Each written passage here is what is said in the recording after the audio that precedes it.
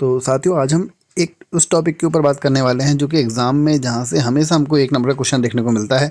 Mains में तो आप मान के चलिए, जो लोअर और अपर पीसीएस वगैरह की जो तैयारी करते हैं, यूपीएससी की जो तैयारी करते हैं, उनको एक क्वेश्चन यहाँ से हिस्ट्री में यहाँ से हमको देखने को मिलता ही मिलता है। तो इस चैप्टर का नाम है ब्रिटिश शासन का भारतीय अर्थव्यवस्था पर प्रभाव। तो ब्रिटिश, आपको पता है जो ब्रिटिशर्स थे, अंग्रेज़ लोग थे, ये सिर्फ भारत में आए व्यापार करने के लिए थे। तो इनका सबसे ज़्यादा जो प्रभाव पड़ा भारतीय अर्थव्यवस्था पर पड़ा। इसने भारतीय अर्थव्यवस्था की पूरी रीढ़ की हड्डी तोड़ दी, समझ लीजिए आप, पूरी रीढ़ तोड़ के रख दी थी भारतीय अर्थव्यवस्था की। तो स्टार्ट करते हैं हम आज के पहले। शासन का प्रभाव किस क्षेत्र में अधिक पड़ा? तो इसका आंसर होगा आर्थिक प्रभाव, आर्थिक क्षेत्र पर। अगले क्वेश्चन की हम यहाँ पे बात करेंगे, वाणिज्यिक चरण। यहाँ पर आपको एक कॉलम में ब्रिटिश उपनिवेशवाद के चरण दिख रहे हैं और दूसरी उनकी विशेषता दिख रही है। तो कौन से काल में क्या विशेषता थी, ये हमको मैचिंग करना है। तो हमारा इसमें है पहला वाणिज्यिक चरण। वाणिज्यिक चरण का 1757 से 1813 तक था। इसमें इन्होंने क्या किया भाई, एकाधिपत्य व्यापार व प्रत्यक्ष विनियोग का काल, ऑप्शन ए है ना। औद्योगिक चरण 1813 से 1860, आपको बताया वहाँ पर इंग्लैंड में औद्योगिक चरण भारत से काफ़ी पहले आ चुका था। तो यहाँ पर क्या हुआ, मुक्त व्यापार का काल। वित्तीय पूंजीवाद 1860 से भारत के आज़ाद होने तक 1947 तक ब्रिटिश पूंजी निवेश का काल। तो 1, 2, 3। अगला क्वेश्चन की हम यहाँ पे बात करेंगे, भारत में अंग्रेज़ों की लूट किस महत्वपूर्ण घटना के बाद शुरू हो गई थी? तो आपको पता है प्लासी का जो युद्ध हुआ 1757 में, उसके बाद से अंग्रेज़ों की भारत में स्थिति काफ़ी मजबूत हो चुकी थी। अगला क्वेश्चन है हमारा यहाँ पर, ब्रिटिश काल में निम्नलिखित में से किस भू राजस्व व्यवस्था को नहीं अपनाया गया था? तो दहसाला व्यवस्था को नहीं अपनाया गया था। ये आपको शेरशाह सूरी और अकबर के टाइम पीरियड पर देखने को मिलती है। तो यहाँ पर कौन किसको अपनाया गया? स्थायी बंदोबस्त, रैयतवाड़ी व्यवस्था और महालवाड़ी व्यवस्था, ठीक है ना। तो जो स्थायी व्यवस्था है हमारी, ये शुरू हुआ था 1793 में, ठीक है ना।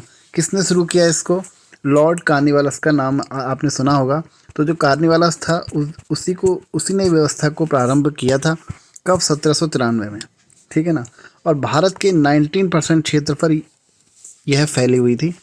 रैयतवाड़ी की अगर बात करें तो रैयत का अर्थ होता है किसान। तो किसानों से सीधे ये कांटेक्ट हुआ था। और सबसे ज़्यादा जो व्यवस्था थी, सबसे ज़्यादा क्षेत्रफल पर जो व्यवस्था फैली हुई थी, वो यही व्यवस्था थी। कितने परसेंट क्षेत्रफल पर? 51% पर। एग्जाम में कई बार यहाँ से क्वेश्चन बना है 51% पर। इसको किसने शुरू किया था? तो इसको शुरू किया था कर्नल रीड, ठीक है ना। रीड याद रखना, रीड। और कौन था इसके साथ? और था इसके साथ हेक्टर मुनरो, ठीक है ना। तो दो लोग थे, रीड और मुनरो, याद रखना। रैयतवाड़ी से संबंधित हैं ये दोनों। और सबसे ज़्यादा भारत में यही फैली हुई थी, ठीक है ना। अगर हम बात करें कौन कौन से क्षेत्रफल पर ये फैली हुई थी, तो बम्बई और मद्रास मुख्यतः। ये कहाँ पर थी रैयतवाड़ी व्यवस्था? बम्बई और मद्रास, ठीक है ना। स्थायी बंदोबस्त कहाँ पे फैला हुआ था? तो ये था बंगाल, बिहार, उड़ीसा। बंगाल, बिहार, उड़ीसा और कर्नाटक में भी था और उत्तरी कर्नाटक में भी था, ठीक है ना। तो और यूपी के एक जगह और थी, इसका नाम था बनारसी। तो बनारसी डिवीज़न में फैला हुआ था। बंगाल, बिहार, उड़ीसा, यूपी, कर्नाटक, यहाँ आपको देखने को ये व्यवस्था मिलती है, ठीक है। किसने शुरू करी स्थायी बंदोबस्त? कार्निवालिस ने। रैयतवाड़ी किसने शुरू करी? तो रैयतवाड़ी शुरू करी रीड और मुनरो ने। अब बात करते हैं महालवाड़ी। महाल का मतलब होता है गांव। तो ये व्यवस्था जो थी पूरे गांव से ले आता था, ये कर जो ले आता था यहाँ पर। तो ये जो भू राजस्व किससे ले आता था? पूरे गाँव से एक साथ ले आता था। और ये कितने परसेंट क्षेत्रफल पर फैली थी? 30% पर, ठीक है। और इसमें जो राजस्व का 66% सरकार को देना पड़ता था, ठीक है। अब शुरू किसने करी?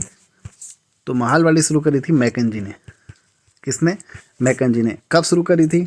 1822 में, ठीक। अगर हम तीनों को देखो, मैं इसको डीपली समझा रहा हूँ, यहाँ से एग्जाम में क्वेश्चन बनता है। सबसे पहले कौन सी स्टार्ट हुई? स्थायी बंदोबस्त। कब? 1793। रैयतवाड़ी ये कब शुरू हुई? 1820। महालवाड़ी ये कब शुरू हुई? 1822, ठीक है। आगे बढ़ते हैं। भारत में प्रथम रेल लाइन किसने बिछाई थी? तो डलहौजी ने। और क्या किया डलहौजी ने? रेल तो शुरू किया ही किया, डॉ से डलहौजी और डॉ से डाक भी इसने शुरू किया था। सबसे यहाँ से क्वेश्चन आता है कि हड़प नीति किसने चालू करी? तो ये इसी ने करी थी, डलहौजी ने, ठीक है। आगे बढ़ते हैं। भारत से ब्रिटेन की ओर संपत्ति का अपवहन, जिसको हम बोलते थे ड्रेन ऑफ वेल्थ, का सिद्धांत किसने प्रतिपादित किया? दादा भाई नौरोजी ने प्रतिपादित किया। ठीक है ना। और ये दादा भाई नौरोजी, गोपाल कृष्ण गोखले, ये कौन से उससे हैं? नरम दल से। ठीक है, कहाँ से संबंधित है? नरम दल से। ठीक है। लाला लाजपत राय गरम दल के थे। ठीक है ना, गरम दल के थे। आगे बढ़ते हैं। अच्छा, अगर ये सुरेंद्रनाथ बनर्जी कौन से दल के थे? तो ये भी आपके नरम दल के थे। ठीक है। अगर हम बात करें तो नरम दल का हम टाइम पीरियड मानते हैं, वो मानते हैं हम 1885 से, यानी कि जब से कांग्रेस की स्थापना हुई तब से लेके 1905 तक, ये टाइम पीरियड हम नरम दल का मानते हैं कांग्रेस को लेकर। ठीक है, कांग्रेस में इस समय इसका वर्चस्व था। उसके बाद किसका वर्चस्व आया भाई?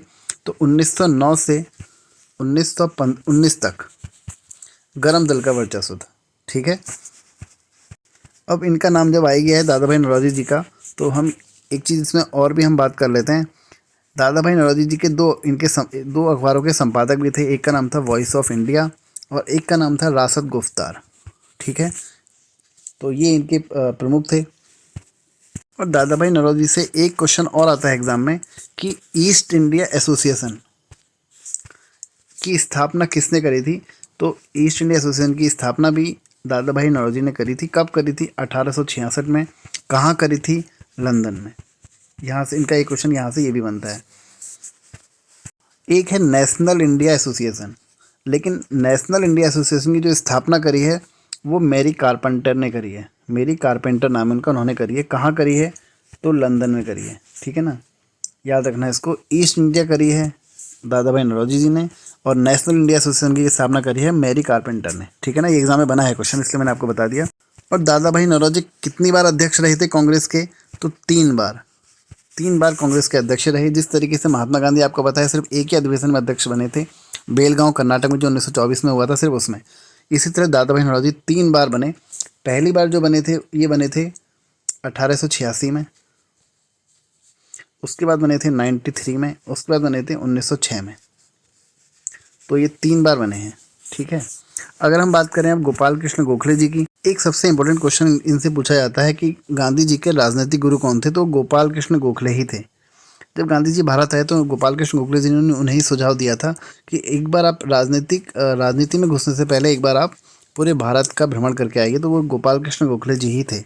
गोपाल कृष्ण गोखले जी के बारे में एक क्वेश्चन और पूछा जाता है कि सुधारक जो पत्रिका है, सुधारक जो अखबार है, उसके संपादक कौन है? तो वो थे गोपाल कृष्ण गोखले। ठीक है। सुरेंद्रनाथ बनर्जी से भी क्वेश्चन पूछा जाता है, पत्रिका से संबंधित हम संपादक या पत्र भी उसको बोल सकते हैं, वो किस बंगाली। तो बंगाली के संपादक कौन थे? सुरेंद्रनाथ बनर्जी। कौन से दल से थे? नरम दल। गरम दल के से भी यहाँ पर एक ही है, लाला लाजपत राय। लाला लाजपत राय से संबंधित क्वेश्चन एग्जाम में आता है, जैसे कि साइमन कमीशन भारत कब आया था? तो भारत जो आया था वो 1928 में आया था, लेकिन साइमन कमीशन का अगर हम बोलेंगे गठन कब हुआ था, तो वो 1927 में हुआ था। आया भारत कब था? 1 साल बाद, 28 में, 1928 में। तो साइमन कमीशन का ये विरोध कर रहे थे। कहाँ पर? लाहौर में। लाहौर में लाला लाजपत राय क्या कर रहे थे? इनका विरोध कर रहे थे। किसका? साइमन कमीशन का। तो इनको नेतृत्व कर रहे, क्या कर, पुलिस की इन पर क्या हो जाती है? लाठी चार्ज हो जाती है। पुलिस इन पर क्या कर देती है? लाठी चार्ज कर देती है, और जिसमें इनको काफ़ी चोटें आती हैं। और 17 नवंबर 1928 को फिर इनकी क्या हो जाती है? मृत्यु हो जाती है। अगला क्वेश्चन करते हैं। वर्ष 1853 में लॉर्ड डलहौजी ने जो पहली टेलीग्राफ लाइन शुरू करी, वह किसके बीच थी? तो वह कलकत्ता और आगरा के बीच में थी। भारत में ब्रिटिश भू राजस्व प्रणाली का निम्नलिखित में से किसने अधिक लाभ प्राप्त किया? तो जमींदारों ने। Option C. भारत में सबसे पहला सूती वस्त्र कहाँ पे स्थापित किया गया? कौन सूती वस्त्र मिल? बम्बई में। अगला क्वेश्चन है हमारा, अंग्रेजों द्वारा बनाई गई भू राजस्व व्यवस्था को निम्न प्रणालियों में से कौन कृषकों, या देखो कृषक लिखा हुआ है, कृषकों के हितों को अधिक सुरक्षा प्रदान करती है? यानी कि कृषक यानी कि कौन आना चाहिए? रैयतवाड़ी वाला। तो इसमें एक ही ऑप्शन है रैयतवाड़ी से संबंधित, वो है हमारा मद्रास प्रांत की रैयतवाड़ी व्यवस्था। जैसे कि मैं आपको पहले ही बता चुका हूँ, बम्बई और मद्रास में रैयतवाड़ी व्यवस्था मुख्य रूप से थी। रैयतवाड़ी व्यवस्था किसने शुरू करी थी? रीड और मुनरो ने। कब शुरू करी थी? 1820 में। ठीक है। बॉम्बे में शुरू करी गई थी 1825 में। किसने शुरू करी थी? इसका नाम है एल्फिंस्टन। एल्फिंस्टन 1825 में। कितने परसेंट भूभाग पर थी? 51%। सबसे ज़्यादा भूभाग पर यही थी रैयतवाड़ी, क्योंकि रैयत का अर्थ होता है क्या? किसान। आगे बढ़ते हैं। किसके द्वारा बंगाल और बिहार का स्थायी बंदोबस्त या इस्तमरारी बंदोबस्त या इसको सूर्यास्त का नियम भी कहते हैं, किसने शुरू किया था? कार्निवालस ने। कब शुरू किया था ये वाला? 1793 में। कब शुरू किया था? 1793 में। ठीक है, 1793 में शुरू हुआ। कितने परसेंट क्षेत्रफल था ये? 19% क्षेत्रफल पर था। ठीक है, कहाँ कहाँ था? बंगाल, बिहार, उड़ीसा, यूपी और कर्नाटक। ठीक है, स्थायी बंदोबस्त था किससे? ये था जमींदारों से। ठीक है, आगे बढ़ते हैं। ब्रिटिश सरकार ने इस भारत में स्थायी बंदोबस्त, मैंने आपको बता दिया 1793। रैयतवाड़ी कब हुआ? 1820 में। और महालवाड़ी कब हुआ? 1822 में। Option D. तो स्थायी बंदोबस्त किन क्षेत्रों में लागू किया गया? जिसमें मैंने आपको बताया बंगाल, बिहार, उड़ीसा। इसके ये प्रमुख हैं। कौन कौन से स्थायी बंदोबस्त के प्रमुख? बंगाल, बिहार, उड़ीसा, यूपी और कर्नाटक। तो इसमें से हम मिला लेते हैं। तो बंगाल, बिहार, उड़ीसा, यूपी का बनारस हो गया और मद्रास। तो ये इसका आंसर 1 2 3 4 एंड 5। अगला क्वेश्चन है, और ये वाला क्वेश्चन काफ़ी एग्जाम में पूछा जाता है, स्टार टिक कर लीजिएगा इसको, कि अफीम कहाँ से मिलती थी अंग्रेजी शासनकाल में? तो बिहार में। इससे आगे की वीडियो हम अगले वीडियो में करेंगे, आगे के क्वेश्चन अगले वीडियो में करेंगे। तो वीडियो को लाइक कर दीजिएगा, चैनल को सब्सक्राइब कर दीजिएगा। मिलते हैं अगले वीडियो में। धन्यवाद।